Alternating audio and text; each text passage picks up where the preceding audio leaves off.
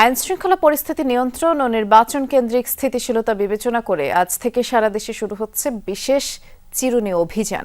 সচিবালয়ে আইনশৃঙ্খলা সংক্রান্ত উপদেষ্টা কমিটির বৈঠক শেষে এ সিদ্ধান্ত জানিয়েছেন স্বরাষ্ট্র উপদেষ্টা। বলেছেন, চিহ্নিত সন্ত্রাসী অপরাধীরা এর আওতায় পড়বে। মিটফোর্ডের হত্যাকাণ্ডকে খুবই দুঃখজনক আখ্যা দিয়ে উপদেষ্টা বলেছেন, এ ঘটনায় 7 আসামি গ্রেফতার হয়েছে। জানান, নির্বাচনের জন্য ডিসেম্বরের মধ্যে প্রস্তুতি শেষ করা যাবে, তবে ভোট রমজানের আগে নাকি পরে তা ঠিক করবে ইসি।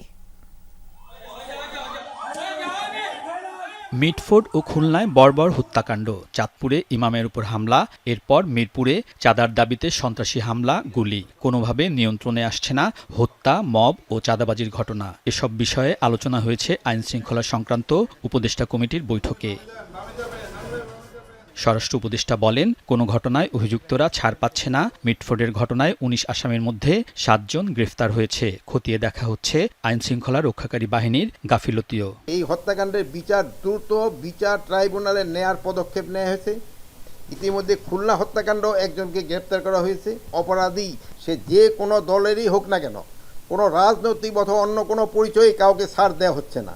মব সহিংসতা, সন্ত্রাস ও খুন সহ অপরাধমূলক কার্যক্রম দমনে আইনশৃঙ্খলা বাহিনীর নিয়মিত অভিযান চলছে। এর পাশাপাশি বিশেষ চিরুনি অভিযান পরিচালনার সিদ্ধান্ত হয়েছে বলে জানিয়েছেন উপদেষ্টা। পরিস্থিতি বিবেচনায় সরকার যে কোনো সময় চিহ্নিত অপরাধী ও সন্ত্রাসীদের ধরতে বিশেষ বা চিরুনি অভিযান পরিচালনা করতে পারে।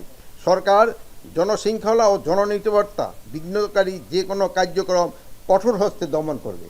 স্বরাষ্ট্র উপদেষ্টা বলেন, নির্বাচনের জন্য ডিসেম্বরের মধ্যেই প্রস্তুতি সম্পন্ন করতে পারবে মন্ত্রণালয়। আমাদের প্রিপারেশনটা আমরা ডিসেম্বরের ভিতরে শেষ করতে চাচ্ছি।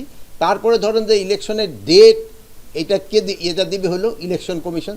তারা এটা কবে ইলেকশন দেবে, তো একটা টেন্টেটিভ ডেট তো আপনাকে সবসময় বলা হয়েছে যে রোজার আগে হতে পারে, রোজার পরে হতে পারে। জননিরাপত্তা ক্ষুণ্ণ করে এমন যে কোনো ঘটনার তথ্য বা আভাস পেলে আইনশৃঙ্খলা বাহিনীকে জানানোর অনুরোধও করেছেন স্বরাষ্ট্র উপদেষ্টা। আমরা আমাদের প্রিপারেশন।